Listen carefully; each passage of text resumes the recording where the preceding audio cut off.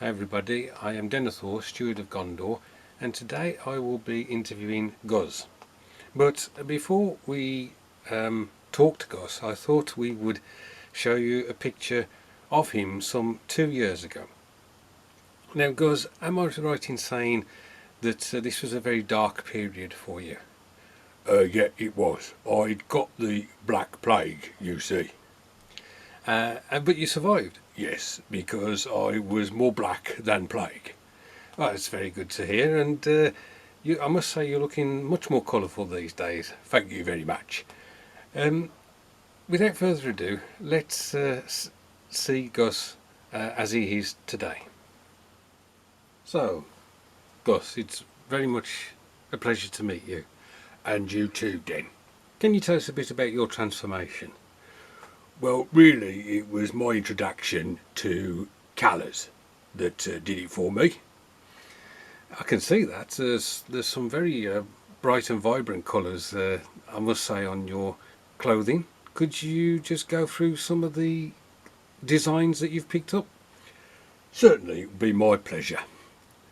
So, if we go round the side, you can see that I've got a very nice fetching blue. And that's from Bretonia. Oh, you went all the way to Bretonia?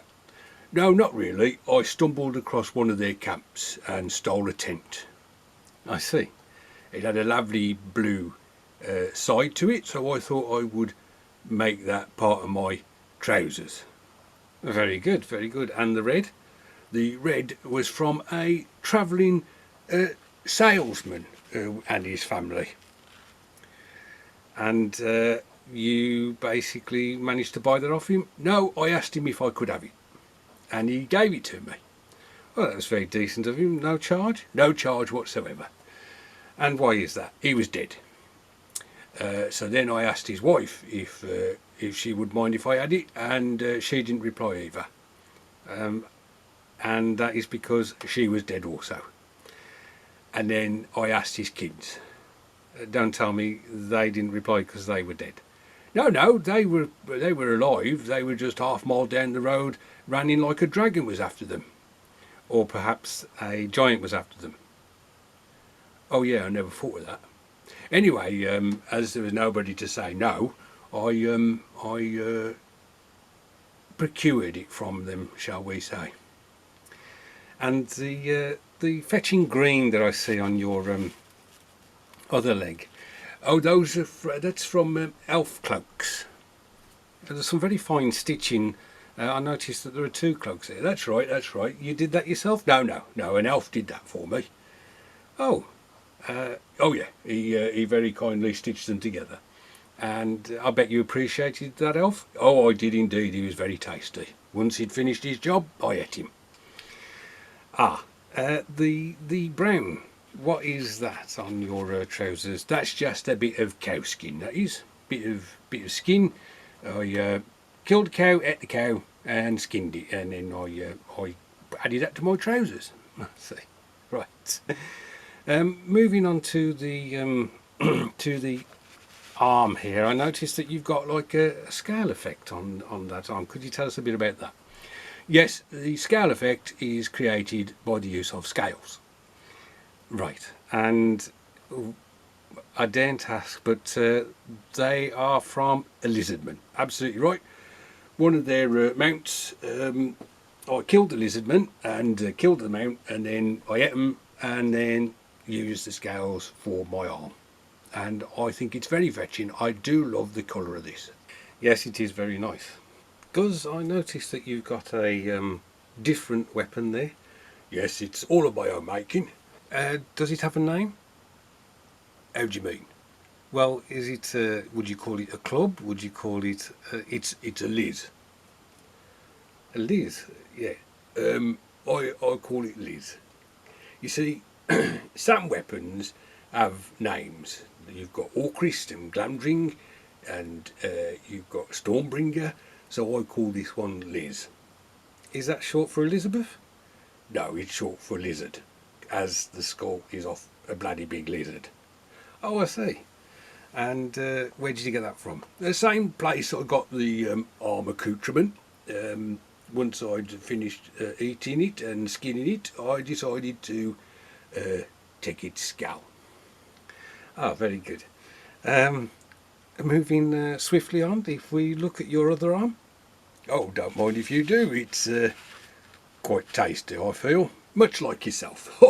Just a little giant joke here. Yes, okay, can we move on with the interview? Of course, of course. So this left arm, this seems to have quite an interesting design on it. Yes, this is from a bloke I met on the road.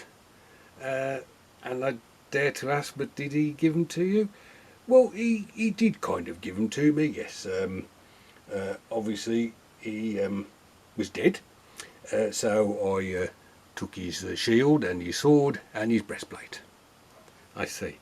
It looks like an Empire design. Yes, he's all the way from the Empire. I was very pleased to meet him because I hadn't got these, and the other thing is, of course, it's quite a lonely road. It seemed to get the road seemed to get a lot lonelier once people knew I was in the area, which is very sad, very sad. Yes, I can imagine. Now, I noticed that your pants aren't of any particular colour. No, they're not. They are quite a plain colour now, but they were coloured previously. I've had them for a few years. Oh, what colour were they? They were like a yellow colour. But being an ale guzzler, you tend to drink quite a bit. And I just decided one day that there was no need to run to the toilet. You could just sit there and, well, do your business, so to speak. And this had the effect of bleaching the colour out of my knickers. I wondered what the smell was. Well, there is that downside to it, yeah, but after a while you tend not to notice. I must admit I've been here a while and I still notice. Oh, very good, very good. Do you drink a lot of ale, Guz? Quite a bit, yes. I had 3 wagons last week, basically. I managed to procure some beer off some wagons that were making their way through the area, and very tasty they were too. I am in the economics side of things. Oh, really? Yes. I'm in the demand and supply. Don't you mean supply and demand? No, I demand it and people supply it. Right, well, there we are. Thanks ever so much for the interview, Guz. I do appreciate it. Oh, not a problem. It's not very often I get to talk to people, you know. And why is that? Well, I don't know really. I think it's because I tend to eat them rather than talk to them. Well, I'm sure that that won't be the case in this instance. No, I had a dwarf a little earlier, so I'm feeling a little full, so you'll be okay to be on your way. Oh, thank you very much. Not a problem, Den. You look after yourself. And you do too. Take care. Hi guys, thanks for joining me. I hope you enjoyed that little bit of frivolity.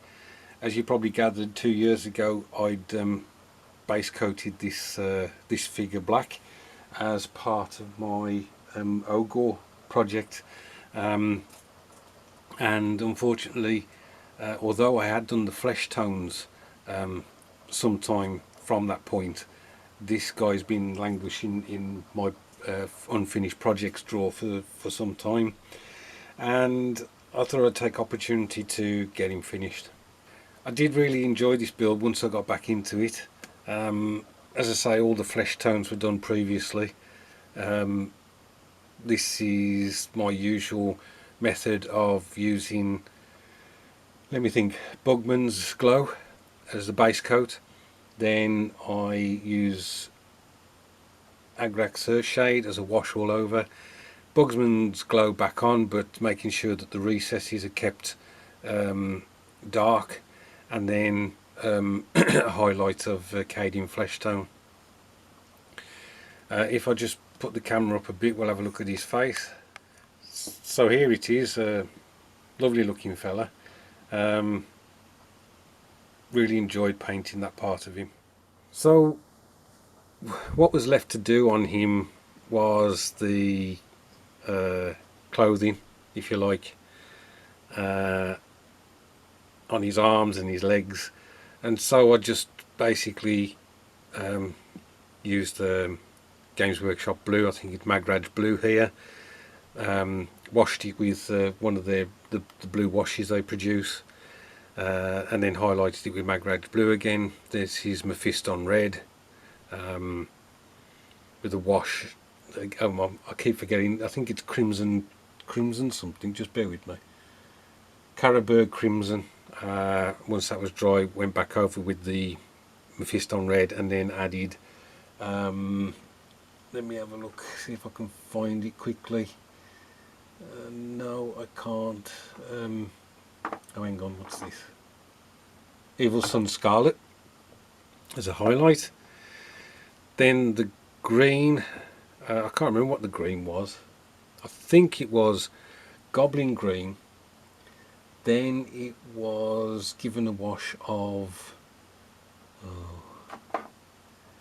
Athonian Camo Shade, I think it was, and then highlighted with Goblin Green again. The brown is Rhinox shade, sorry, Rhinox Hide, then a highlight of Doombull. The brown here was Khaki from Vallejo, and that was given a wash of Agrax Earthshade, and then a highlight of Khaki again. The strapping here is one of the light browns. It's I think it used to be called Vomit Brown, but it's now called Balor Brown. That hasn't been highlighted or anything, and no wash, but I think it contrasted very well with the rest of the clothing. The stitching that you see here is all Balor Brown as well. That was fun to do. The scales, you know what, I can't remember what colours I did on that, but again it was the base colour. I think it may have been, so the base colour on those was Stegodon Scale Green. Then I did a wash again with the blue wash, which was